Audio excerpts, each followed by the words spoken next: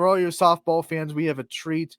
One of the legends of Ohio softball in her own right, statistically the best pitcher to ever come through the state of Ohio. Taryn Alvelo has taken the time to join us today on the show. Going to pop her in. Taryn, thank you so much for taking the time to join us today. I know it's been a whirlwind week for you, but we appreciate you taking some time to be with us today. Thank you for having me. I'm excited to be here. You got it. So we're having you on because obviously you represent the state of Ohio and everything you do. A Bloom Carroll alumni, and you played in 3 state championship games. You won one of them. You have a lot of Ohio State records that some of our girls are trying to chase down right now.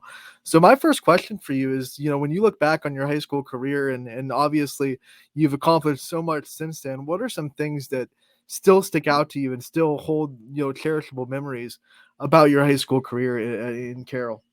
Yeah, I think it's honestly just continuing to, honor the legacy that we had at Bloom Carroll before us, even before my time. There was, another state championship won there. And so, my entire time there, it was all about continuing on that legacy and just helping honor those who kind of came before us. And so at Carroll, it was, you walk into the halls and not just softball, but every sport, there's banners hanging, there's, a Hall of Fame wall, things in the showcase that just show, how rich in sports Bloom Carroll actually is. And so that was just a lot of my main focus, was just trying to continue being as successful as possible while playing for Bloom Carroll.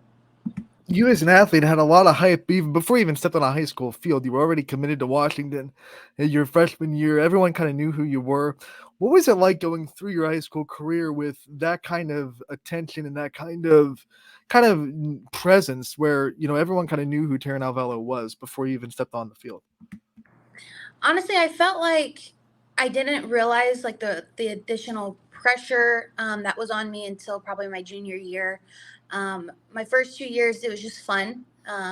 It was, at that time, the girls on the team were, awesome, and we just all got along. And I was able to kind of just play as Taryn that went to Bloom Carroll and didn't have to really think about anything else. As I got later into my career, is when that pressure started to set in, as I knew I was getting closer to leaving for school. And that just comes with being older. You start to play at higher level when you're playing travel ball. So, that point in time, I was kind of like, okay, yes, I am going somewhere, but that doesn't necessarily mean I have everything given to me. I'm going to have to keep working. And that's exactly what I was trying to do, is just keep working and keep getting better and trying to be, the best pitcher and the best teammate as I could possibly be. There's something special about high school sports and being a high school athlete. When you look back, is there anything special about that world of your career that you look back on and you miss a little bit about maybe the simplicity of just being a high school athlete?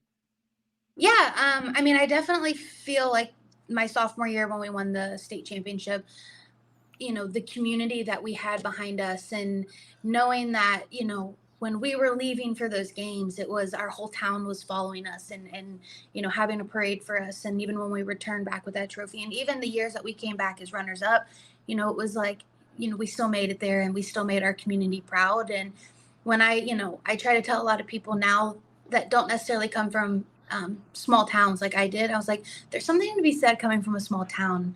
Everybody knows everybody and everybody supports everyone, good and bad. And I think that's, a lot of my career highlighted that. And, my sophomore year was, I say it was the highlight of my high school career. Was just, everything was perfect that year. And those are the times that I really look back on.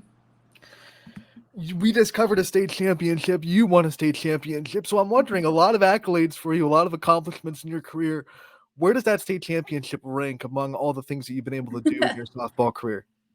It's definitely up there. I think anytime you win that championship title, it's, you have that sense of pride and that sense of, accomplishment. Definitely there's some ones that kind of overshadow it a little bit, but that's still, I still have the ring. I still have everything close to me, and I look at it quite often. And, those are times that I I sit and I tell my lessons about it. I tell the girls that I coach. I'm like, listen, it starts from somewhere, and it can start in high school. It doesn't. You don't have to wait till college to start to be successful, and um, that's it's a really good honor to look back on and to be like, hey, okay, I did that at least one time in my career in high school, and I was able to go to the state finals, throughout my entire career. So it was definitely sophomore year, the championship year was awesome. You said it's small town, and a lot of athletes we cover up here, small town as well. What's so special for you about being able to represent a small town and to be able to play in a small town? I think it helps represent that small percentage of athletes that may get overlooked because, they don't play in a high populated area to where, a lot of people are going to gravitate towards. There's a lot of athletes that are just, some of the best athletes that come from the smallest of towns. And I think it's because there's, we don't have the outside stuff to really focus on. We're kind of, we focus more on our day-to-day life, and having that small town pride, I guess. You have people that, like I said, continue to support you, and um, that's huge. You're able to have, you know the resources you need kind of more at your disposal than rather than spread out. And so I think having not just myself, but I know, we had a couple greats in my graduating class, and the ones before us, and then even just in other small towns, you start to really see the celebrated athletes in those smaller towns. How much do you still feel the support of Carol, and how much do you get people reaching out to you? Even like now, you just signed with the Pride. How much do you still get people from that city reaching out to you and telling you how proud they are that you're representing that small town in Ohio? I do get it still. And actually, it's funny because a lot of the kids that were, you know, young when I was there are now playing high school ball. And so, being able to kind of be, something that they're like, okay, we're going to try to get back there. We're going to keep pushing and working to get, back to that state championship level. And so, seeing parents reach out, hey, we watched you when you were at Bloom Carroll, and we've watched you your entire career. Thank you for being an inspiration. And I'm like, hey, I just played, and that's all I can say is I really hope your kid just does what they love and is able to keep playing and doing what they dream of. And so it's really cool to still see I get a couple people here and there that reach out to me, and so it's still a good feeling. I ask a lot of people about their recruitment process. Yours is very unique because you knew Washington was home almost from the jump when you saw them play in the World Series as a little Mhm. girl. So, what was it like going from Washington being a dream to being a tangible goal to then being a reality? What was that process like for you? Oh, it feels like a blur now. It feels like it was so long ago. But it was one of those things that I never really told myself it wasn't a possibility. And maybe I was a little delusional at some point to think that, but I saw them play in 2009. I saw them win that World Series. And then I actually was able to be out in Oklahoma City not even a week or so after. And I've told this story multiple times on ESPN and other things, that I still have the dirt from the 2009 World Series game that they had won with the purple and gold confetti in it. And, that sat on my shelf for years. And I was like, not using it as a keepsake. It was more of like a reminder, like, hey, you're going to have your own set of dirt one day. I got really close, fell a little short, but still got to play on that stage. And, through my entire career, I just kept telling myself it's a possibility, and it's going to happen, and I want it to happen. And I think that just speaks on work ethic, and kind of just realizing that there's sacrifices that need to be made along the way in order to achieve those goals, and being okay with those sacrifices. But definitely, my road wasn't easy to get there, especially my last couple years, but it was extremely worth it. And I wouldn't change a single thing about how my life has developed over the course of the last 10 years, I guess you could say, probably a little bit more. Um, so, yeah, it's a good feeling. I like that you point out that it wasn't easy because I think a lot of people probably see committing as a freshman and knowing where you're going as, oh, that's easy. I mean, she had it locked down. What were some of the adversities that you faced throughout this process, throughout trying to get there, throughout the high school career that you had to get past? And then how did you get past those adversities? Yeah. I think when you start to play at that level and you're doing a lot of, travel ball stuff and you're trying to do a lot of lessons and, that comes with, hey, maybe I can't go to the school dance or maybe I can't go hang out with friends or I can't go to that football game or, there's a lot of little things that you miss out on. And in the moment, it feels like the world's biggest deal. It feels like, all my friends are going and they're going to, they're not going to be happy that I'm missing. And that's something a lot of kids struggle with. And it's something I did struggle with too, but it was just kind of like a continuous reminder. And then my senior year wasn't the best of the years, so dealing with that adversity that happened my senior year made me a really a different person. It really made me mentally tough. It made me know kind of what's important in my life, and making sure every day I'm doing the right things and being where my feet are and just continuously you know going and choosing the right thing to do. It's very easy to get caught up in, the people around you and in little things that don't really matter in that moment, for the big picture. And so just understanding and sacrificing in the now sometimes can help you in the long run. Recruiting is a lot different now than it was for you. Kids can't commit until junior year. They have a Yeah. lot more time to think about it, mull it over. When you're talking to kids that are going through that, whether you're giving them coaching lessons or whatever it may be, what kind of advice do you give them about going through the recruitment process and trying to pick a spot to go? Stay patient, and I think also is, and it's weird for me to say because I did play at a big school, but I feel like now more than ever with social media and with you know softball being as prominent as it is on TV nowadays and the game continuing to grow, a lot of girls that I've seen now as a coach are, they put a lot of their worth into the game, and they make it to where they feel that they're only valued for the school that they go to and the ranking of that school.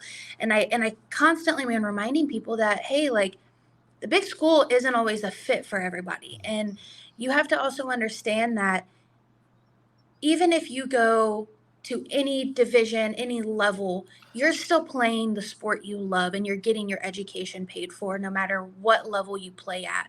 And a lot of girls that I work with struggle with that, the identity crisis as they're going through their recruiting process of like, oh man, I really want to go to the Washingtons, the UCLAs, the Alabamas, the Oklahomas.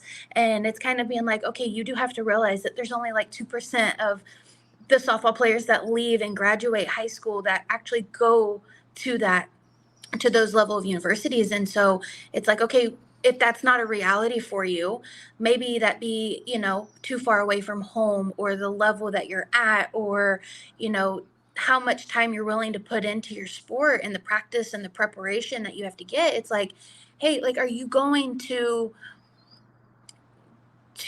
continue your career, or are you going to just get your school paid for, or what are you looking for? And really having them realize, okay, what exactly am I trying to do with the next 4 years of my life? And them realizing that, no, hey, I do want to be close to home, and I do want to be able to have a little bit of a social life outside of softball, or maybe no, softball is all for me and I want to be able to play at the highest level possible. And just helping them navigate through that, I think, as a mentor and as a coach, that's the only thing that we can really do, is to keep navigating young girls to just be their authentic self and to really make decisions that suit their life and what they truly want out of it. Our sport is growing and the pro world is growing, but it's still at a level to where it's like you can't hang your hat completely on softball just yet. We're getting there, we're moving in the right direction, but you also need to prepare your life for what you're going to do outside of softball. And so I think that's what I'm trying to do as a coach and as a mentor. But that's the only thing I can really say in terms of the recruiting process, is just pick the life and the route that is going to be best for you, and don't let anybody kind of waver your decision. Make sure you're making that decision strictly for you. I can't let you go without talking about your pro career. Obviously, you just signed with the USSSA Pride. You're in Austin, Texas right now for the WPF opening day tonight. What does it mean to you to be able to continue your career? And what does it also mean to you to be able to be a part of a generation that is paving the way for younger girls to be able to have that dream of playing professional softball after they're done in college? It's honestly one of the highest honors that I can say. Um, I used to sit in the Firestone Stadium and watch the Akron Racers play as a kid, and I used to tell my dad, "Hey, I'm going to be here one day."